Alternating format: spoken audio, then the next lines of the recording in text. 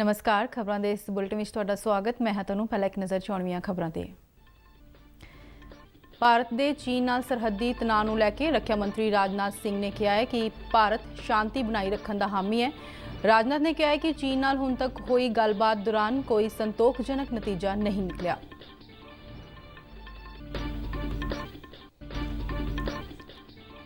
राष्ट्रपति रामनाथ कोविंद अज digital India पुरस्कार 2020 प्रदान करेंगे।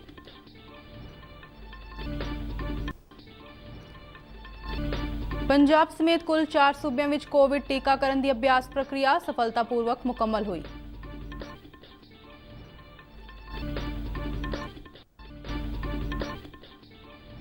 केंद्रीय मंत्री डॉक्टर हर्षवर्धन ने लेह विच देश के सब तो उच्चे मौसमी केंद्र का उद्घाटन किया।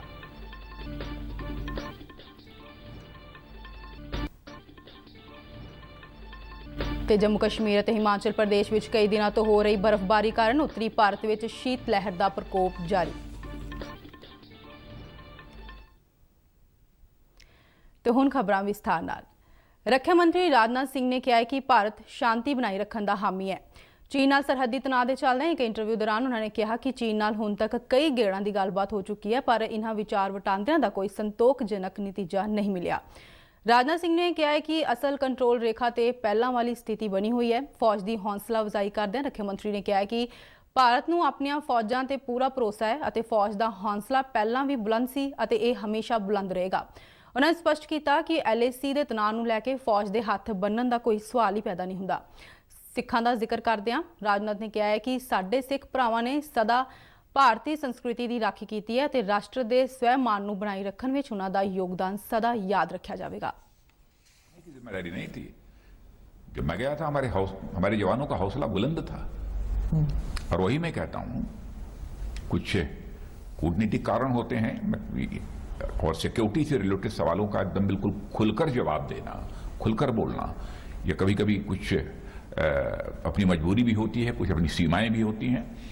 लेकिन मैं इतना कहना चाहता हूं कि हमारे सेना के जवानों का हौसला बुलंद था और आज भी है। खेती सुधार कानूनों के विरोध में अंदोलन कर रही किसान जथेबंदियां ते केंद्र सरकार विचाले अज नवी दिल्ली के विज्ञान भवन में अगले गेड़ की गलबात होने जा रही है। सरकार वालों 6वें गेड़ की गलबात लिए 40 किसान जथेबंदियां नूं सद्दा भेजा गया सी। किसान जथेबंदियां ने रस्मी तौर पर एक पत्र राही केंद्र सरकार के गलबात के सद्दे नूं प्रवान कर लिया है। इस मीटिंग दौरान केंद्रीय खेतीबाड़ी मंत्री नरेंद्र सिंह तोमर, रेल मंत्री पीयूष गोयल और वनज ते सनत राज मंत्री सोम प्रकाश केंद्र सरकार की नुमाइंदगी करेंगे। किसानां नाल मीटिंग तो पहला नरेंद्र सिंह तोमर और पीयूष गोयल वालों केंद्रीय गृह मंत्री अमित शाह नाल भी मुलाकात की गई। राष्ट्रपति रामनाथ कोविंद आज वीडियो कॉन्फ्रेंस राही डिजिटल इंडिया पुरस्कार 2020 प्रदान करेंगे। यह पहली बार है कि डिजिटल इंडिया पुरस्कारों की नामजदगी तो लैके पुरस्कार प्रदान करने तक की सारी प्रक्रिया डिजिटल माध्यम राही मुकम्मल की गई है। इलैक्ट्रॉनिक्स और सूचना तकनोलॉजी मंत्रालय अधीन कौमी इन्फ्रामैटिक्स सेंटर वालों डिजिटल इंडिया पुरस्कार ई-गवर्नेंस और जनतक सेवा दौरान डिजिटल बदलाव और नवीनता को प्रफुल्लित करने लई प्रदान किए जाते हैं। ये पुरस्कार हर एक 2 वरियां बाद भारत के डिजिटल इंडिया के दृष्टिकोण को प्रफुल्लित करने वाली शख्सियतों को प्रदान किए जाते हैं। पंजाब समेत कुल 4 सूबों में कोविड-19 टीकाकरण की अभ्यास प्रक्रिया सफलतापूर्वक मुकम्मल की गई है। पंजाब, गुजरात, आसाम और आंध्र प्रदेश में कुछ दिन पहला सेहत मंत्रालय के निर्देशों हेठ 2 दिन अभ्यास प्रक्रिया शुरू की गई सी। सेहत मंत्रालय वालों जारी बयान मुताबिक पंजाब के लुधियाना और शहीद भगत सिंह नगर में 2 दिन अभ्यास सफलतापूर्वक मुकम्मल किया गया है। मंत्रालय ने कहा है कि इस प्रक्रिया दौरान टीकाकरण समय पेश होने वाली चुनौतियों की पहचान की गई है और नाल ही अंतिम प्रक्रिया को मजबूत बनाने लई चुनौतियों नाल नजिठण लई ढुकवीं योजनाबंदी तैयार की जाएगी। मंत्रालय ने दस्सिया है कि इस अभ्यास दौरान टीकाकरण वाली टीमां नूं जिला प्रशासन वालों लाभपात्रियों का बनावटी डाटा और वैक्सीन संचार संबंधी जानकारी सांझी की गई और टीमां वालों टीकाकरण की अभ्यासी प्रक्रिया नूं पूरा किया गया। मंत्रालय ने कहा है कि इस अभ्यास प्रक्रिया का मकसद सूचना तकनोलॉजी के कोविन ਪਲੇਟਫਾਰਮ ਦੀ ਸਫਲਤਾਪੂਰਵਕ ਵਰਤੋਂ ਅਤੇ ਅਸਲ ਸਮੇਂ ਦੌਰਾਨ ਇਸ ਨੂੰ ਲਾਗੂ ਕਰਨ ਸੰਬੰਧੀ ਪ੍ਰਬੰਧਾਂ ਦੀ ਜਾਣਕਾਰੀ ਹਾਸਲ ਕਰਨਾ ਸੀ। ਉਹਨਾਂ ਨੇ ਕਿਹਾ ਹੈ ਕਿ ਇਸ ਸਮੁੱਚੀ ਪ੍ਰਕਿਰਿਆ ਦੌਰਾਨ ਸਾਹਮਣੇ ਆਈਆਂ ਚੁਣੌਤੀਆਂ ਅਤੇ ਫੀਡਬੈਕ ਕੋਵਿਡ ਟੀਕਾਕਰਨ ਦੀ ਯੋਜਨਾ ਨੂੰ ਵਧੇਰੇ ਮਜ਼ਬੂਤੀ ਨਾਲ ਲਾਗੂ ਕਰਨ ਵਿੱਚ ਸਹਾਇਤਾ ਮਿਲੇਗੀ। ਲੁਧਿਆਣਾ ਤੇ ਸ਼ਹੀਦ ਭਗਤ ਸਿੰਘ ਨਗਰ ਵਿੱਚ ਇੱਕ ਅਭਿਆਸੀ ਪ੍ਰਕਿਰਿਆ ਲਈ ਸਿਹਤ ਕਰਮਚਾਰੀਆਂ ਵਿੱਚੋਂ 25 ਵਿਅਕਤੀਆਂ ਦੀ ਪਛਾਣ ਕੀਤੀ ਗਈ ਹੈ, ਜਿਨ੍ਹਾਂ ਦੀ ਜਾਣਕਾਰੀ ਪੋਰਟਲ ਤੇ ਅਪਲੋਡ ਕੀਤੀ ਗਈ। ਪੰਜਾਬ ਦੇ ਸਿਹਤ ਮੰਤਰੀ ਬਲਬੀਰ ਸਿੰਘ ਸਿੱਧੂ ਨੇ ਕਿਹਾ ਹੈ ਕਿ ਇਸ ਦੌਰਾਨ ਲਾਭਪਾਤਰੀਆਂ ਨੂੰ ਟੀਕਾਕਰਨ ਦੇ ਸਥਾਨ ਅਲਾਟ ਕੀਤੇ ਗਏ ਅਤੇ ਉਹਨਾਂ ਨੂੰ ਟੀਕਾਕਰਨ ਲਈ ਤਾਰੀਖ, ਸਮਾਂ ਅਤੇ ਸਥਾਨ ਦੀ ਜਾਣਕਾਰੀ SMS ਦੇ ਮਾਧਿਅਮ ਰਾਹੀਂ ਸਫਲਤਾਪੂਰਵਕ ਭੇਜੀ ਗਈ। ਸਿੱਧੂ ਨੇ ਦੱਸਿਆ ਹੈ ਕਿ ਇਸ ਸਮੁੱਚੀ ਪ੍ਰਕਿਰਿਆ ਦੌਰਾਨ ਟੀਕਾਕਰਨ ਸੰਬੰਧੀ ਸਾਰੇ ਪਹਿਲੂਆਂ ਤੇ ਡੂੰਘਾਈ ਨਾਲ ਨਜ਼ਰ ਮਾਰੀ ਗਈ ਅਤੇ ਹਰ ਇੱਕ ਪੱਖ ਨੂੰ ਗੰਭੀਰਤਾ ਨਾਲ ਜਾਂਚਿਆ ਗਿਆ। ਕੋਰੋਨਾ ਵਾਇਰਸ ਦੇ ਨਵੇਂ ਰੂਪ ਨੇ ਇੱਕ ਵਾਰ ਫਿਰ ਤੋਂ ਵਿਸ਼ਵ ਦੀਆਂ ਚਿੰਤਾਵਾਂ ਨੂੰ ਵਧਾ ਦਿੱਤਾ ਹੈ। ਭਾਰਤ ਵਾਸਤੇ ਵੀ ਇਹ ਚਿੰਤਾ ਦਾ ਵਿਸ਼ਾ ਹੈ, ਕਿਉਂਕਿ ਦੇਸ਼ ਵਿੱਚ ਕੋਰੋਨਾ ਦੇ ਇਸ ਨਵੇਂ ਰੂਪ ਵਾਲੇ 6 ਕੇਸਾਂ ਦੀ ਪਛਾਣ ਹੋ ਚੁੱਕੀ ਹੈ। ਕਰਨਾਟਕ ਦੇ ਸਿਹਤ ਮੰਤਰੀ ਨੇ ਇਸ ਨਵੇਂ ਸਟ੍ਰੇਨ ਵਾਲੇ 3 ਕੇਸਾਂ ਦੇ ਬੰਗਲੁਰੂ ਵਿੱਚ ਹੋਣ ਦੀ ਪੁਸ਼ਟੀ ਕੀਤੀ। ਇਸ ਦੌਰਾਨ ਕੇਂਦਰ ਸਰਕਾਰ ਨੇ ਲੋਕਾਂ ਨੂੰ ਇਸ ਬਾਰੇ ਨਾ ਘਬਰਾਉਣ ਦੀ ਅਪੀਲ ਕਰਦਿਆਂ ਬਚਾਅ ਅਤੇ ਇਹਤਿਆਤੀ ਉਪਾਅ ਪਹਿਲਾਂ ਵਾਂਗ ਜਾਰੀ ਰੱਖਣ ਲਈ ਆਖਿਆ ਹੈ। ਨਵੀਂ ਦਿੱਲੀ ਵਿੱਚ ਇੱਕ ਪ੍ਰੈਸ ਕਾਨਫਰੰਸ ਦੌਰਾਨ ਭਾਰਤ ਸਰਕਾਰ ਦੇ ਪ੍ਰਿੰਸੀਪਲ ਵਿਗਿਆਨਕ ਸਲਾਹਕਾਰ ਵਿਜੇ ਰਾਘਵਨ ਨੇ ਕਿਹਾ ਹੈ ਕਿ ਕੋਰੋਨਾ ਦੀ ਵੈਕਸੀਨ ਨਵੇਂ ਸਟ੍ਰੇਨ ਤੇ ਵੀ ਪ੍ਰਭਾਵਸ਼ਾਲੀ ਹੋਵੇਗੀ। ਉਹਨਾਂ ਨੇ ਕਿਹਾ ਹੈ ਕਿ ਇਸ ਬਾਰੇ ਲੋਕਾਂ ਨੂੰ ਘਬਰਾਉਣ ਦੀ ਲੋੜ ਨਹੀਂ ਹੈ। ਉਹਨਾਂ ਨੇ ਅੱਗੇ ਕਿਹਾ ਹੈ ਕਿ ਅਜੇ ਤੱਕ ਇਸ ਗੱਲ ਦਾ ਕੋਈ ਸਬੂਤ ਨਹੀਂ ਹੈ ਕਿ ਮੌਜੂਦਾ ਕੋਰੋਨਾ ਵੈਕਸੀਨ ਨਵੇਂ ਕੋਰੋਨਾ वेरिएंट्स ਤੋਂ ਬਚਾਉਣ ਵਿੱਚ असफल रहेगी।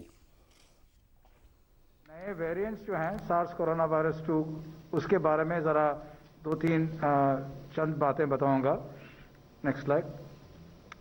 फर्स्ट एन अश्योरेंस, वैक्सीन्स जो हैं पाइपलाइन पे हमारे देश में और बाहर भी, ये इन वेरिएंट्स जो यूके में हैं और साउथ अफ्रीका में भी आए हैं, इनके अगेंस्ट काम करेगी। तो एक इम्पॉर्टेंट अश्योरेंस है कि इस स्टेज पे वैक्सीन्स के बारे में फिक्र करने की अभी ज़रूरत नहीं है। So there is no evidence of the current। ਕੇਂਦਰ ਸਰਕਾਰ ਨੇ ਵਾਹਨਾਂ ਵਿੱਚ ਚਾਲਕ ਨਾਲ ਦੀ ਅਗਲੀ ਸੀਟ ਤੇ 에ਅਰਬੈਗ ਲਾਜ਼ਮੀ ਕਰਨ ਲਈ ਪ੍ਰਸਤਾਵ ਪੇਸ਼ ਕੀਤਾ ਹੈ। ਸੜਕ ਆਵਾਜਾਈ ਅਤੇ ਹਾਈਵੇ ਮੰਤਰਾਲੇ ਵੱਲੋਂ ਦਿੱਤੀ ਗਈ ਜਾਣਕਾਰੀ ਮੁਤਾਬਿਕ ਇਸ ਪ੍ਰਸਤਾਵ ਨੂੰ ਅਗਲੇ ਸਾਲ 1 ਅਪ੍ਰੈਲ ਤੋਂ ਵਾਹਨਾਂ ਦੇ ਨਵੇਂ ਮਾਡਲਾਂ ਤੇ ਲਾਗੂ ਕੀਤਾ ਜਾਵੇਗਾ ਅਤੇ ਮੌਜੂਦਾ ਮਾਡਲਾਂ ਤੇ ਵੀ 1 ਜੂਨ ਤੋਂ ਇਹ ਨਿਰਦੇਸ਼ ਲਾਗੂ ਹੋਣਗੇ। ਮੰਤਰਾਲੇ ਨੇ ਇਸ ਪ੍ਰਸਤਾਵ ਸੰਬੰਧੀ ਆਪਣੀ ਵੈਬਸਾਈਟ ਤੇ ਖਰੜਾ ਨੋਟੀਫਿਕੇਸ਼ਨ ਜਾਰੀ ਕੀਤਾ ਹੈ, ਜਿਸ ਲਈ ਆਮ ਲੋਕਾਂ ਤੋਂ ਟਿੱਪਣੀਆਂ ਤੇ ਸੁਝਾਵਾਂ ਦੀ ਮੰਗ ਕੀਤੀ ਗਈ ਹੈ।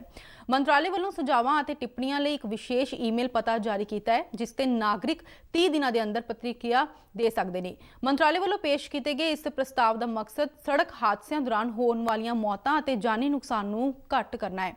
에ਅਰਬੈਗ ਦੀ ਅਣਹੋਂਦ ਵਿੱਚ ਕਈ ਕਾਰ ਮੁਸਾਫਰਾਂ ਨੂੰ ਹਾਦਸੇ ਵਿੱਚ ਜਾਣ ਤੋਂ ਹੱਥ ਧੋਣੇ ਪੈਂਦੇ ਨੇ। ਕੇਂਦਰੀ ਪ੍ਰਿਥਵੀ ਵਿਗਿਆਨ ਮੰਤਰੀ ਡਾਕਟਰ ਹਰਸ਼ਵਰਧਨ ਨੇ ਕੱਲ ਲੇਹ ਵਿੱਚ ਦੇਸ਼ ਦੇ ਸਭ ਤੋਂ ਉੱਚੇ ਮੌਸਮੀ ਕੇਂਦਰ ਦਾ ਉਦਘਾਟਨ ਕੀਤਾ। ਅਰੁਣਾਚਲ ਪ੍ਰਦੇਸ਼ ਦੇ ਈਟਾਨਗਰ ਮੌਸਮੀ ਕੇਂਦਰ ਤੋਂ ਬਾਅਦ ਲੇਹ ਦਾ ਇਹ ਕੇਂਦਰ ਹਿਮਾਲਿਆਈ ਖੇਤਰ ਵਿੱਚ ਸਮੁੰਦਰੀ ਤਲ ਤੋਂ 3500 ਮੀਟਰ ਉੱਚਾ ਹੈ। ਇਸ ਕੇਂਦਰ ਦੇ ਉਦਘਾਟਨ ਦੇ ਨਾਲ ਲੱਦਾਖ ਖੇਤਰ ਵਿੱਚ ਕੱਲ ਤੋਂ ਹੀ 4 ਆਟੋਮੈਟਿਕ ਮੌਸਮ ਕੇਂਦਰਾਂ ਨੇ ਕੰਮ ਕਰਨਾ ਸ਼ੁਰੂ ਕਰ ਦਿੱਤਾ ਹੈ। ਉਦਘਾਟਨੀ ਸਮਾਗਮ ਨੂੰ ਵਰਚੁਅਲੀ ਸੰਬੋਧਨ ਕਰਦਿਆਂ ਡਾਕਟਰ ਹਰਸ਼ਵਰਧਨ ਨੇ ਕਿਹਾ ਹੈ ਕਿ ਕੇਂਦਰ ਸ਼ਾਸਤ ਪ੍ਰਦੇਸ਼ ਲੱਦਾਖ ਦੀ ਭਲਾਈ ਲਈ ਕੇਂਦਰ ਸਰਕਾਰ ਨੇ ਆਪਣੀ ਇੱਕ ਵਚਨਬੱਧਤਾ ਨੂੰ ਪੂਰਾ ਕੀਤਾ ਹੈ। ਉਹਨਾਂ ਨੇ ਕਿਹਾ ਹੈ ਕਿ ਇਹ ਨਵਾਂ ਮੌਸਮੀ ਕੇਂਦਰ ਖਿੱਤੇ ਵਿੱਚ ਮੌਸਮ ਦੀ ਸਹੀ ਤੇ ਸਟੀਕ ਜਾਣਕਾਰੀ ਉਪਲਬਧ ਕਰਾਏਗਾ।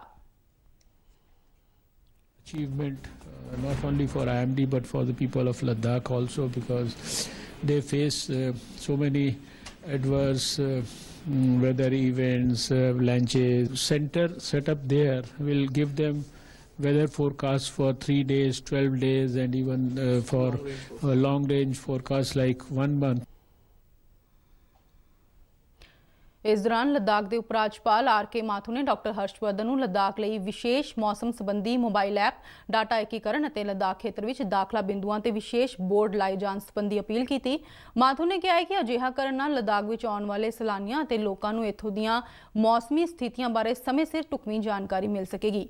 ਮੌਸਮ ਕੇਂਦਰ ਦੇ ਇਸ ਉਦਘਾਟਨੀ ਸਮਾਗਮ ਵਿੱਚ ਲੱਦਾਖ ਤੋਂ ਸੰਸਦ ਮੈਂਬਰ ਜਮਿਆਂਗ ਸ਼ੇਰਿੰਗ ਨਾਮਗਿਆਲ, ਪ੍ਰਿਥਵੀ ਵਿਗਿਆਨ ਸਕੱਤਰ ਡਾਕਟਰ ਐਮ ਰਾਜੀਵਨ ਅਤੇ ਮੌਸਮ ਵਿਭਾਗ ਦੇ director general doctor M Mohapatra ਸਮੇਤ ਹੋਰ ਕਈ ਅਧਿਕਾਰੀ ਮੌਜੂਦ ਸਨ। ਜੰਮੂ ਕਸ਼ਮੀਰ ਅਤੇ ਹਿਮਾਚਲ ਪ੍ਰਦੇਸ਼ ਵਿੱਚ ਪਿਛਲੇ ਕਈ ਦਿਨਾਂ ਤੋਂ ਹੋ ਰਹੀ ਬਰਫ਼ਬਾਰੀ ਨਾਲ ਉੱਤਰੀ ਭਾਰਤ ਦੇ ਮੈਦਾਨੀ ਇਲਾਕਿਆਂ ਵਿੱਚ ਸ਼ੀਤ ਲਹਿਰ ਦਾ ਪ੍ਰਕੋਪ ਜਾਰੀ ਹੈ। ਮੌਸਮ ਵਿਭਾਗ ਮੁਤਾਬਿਕ ਆਉਂਦੇ 48 ਘੰਟਿਆਂ ਦੌਰਾਨ ਰਾਤ ਵੇਲੇ ਤਾਪਮਾਨ ਦਾ ਪੱਧਰ ਹੋਰ ਵੀ ਹੇਠਾਂ ਆ ਸਕਦਾ ਹੈ। ਪੰਜਾਬ ਅਤੇ ਹਰਿਆਣਾ ਵਿੱਚ ਅੱਜ ਸਵੇਰ ਵੇਲੇ ਸੰਘਣੀ ਧੁੰਦ ਦੇਖਣ ਨੂੰ ਮਿਲੀ, ਜਿਸ ਨਾਲ ਆਮ ਲੋਕਾਂ ਨੂੰ ਆਵਾਜਾਈ ਸੰਬੰਧੀ ਪਰੇਸ਼ਾਨੀ ਦਾ ਸਾਹਮਣਾ ਕਰਨਾ ਪਿਆ। मौसम विभाग वालों दी गई जानकारी मुताबिक अमृतसर विच घट्टो-घट्ट तापमान 3 डिग्री सैल्सियस दर्ज किया गया, जबकि लुधियाना विच 4 और जलंधर विच घट्टो-घट्ट तापमान 5 डिग्री सैल्सियस रिकॉर्ड होया। महकमे मुताबिक आउंदे 24 घंटिया दौरान शीत लहर के बरकरार रहने की संभावना है। इस तो इलावा पंजाब समेत उत्तरी भारत के कई इलाकों में हल्की बदलवाई होने की भी संभावना है। मौसम विभाग ने जम्मू कश्मीर में भारी बर्फबारी के चलदे कई जिलों में बर्फ के तोदे डिगन की संभावना जताई है। विभाग ने पुंछ, रामबन, डोडा, किश्तवाड़, कुपवाड़ा, बांदीपुरा ते गांधरबल जिलों के लिए चेतावनी जारी की है। इस दे नाल ही खबरों का बुलेटिन खत्म होता है। आज्ञा दो, नमस्कार।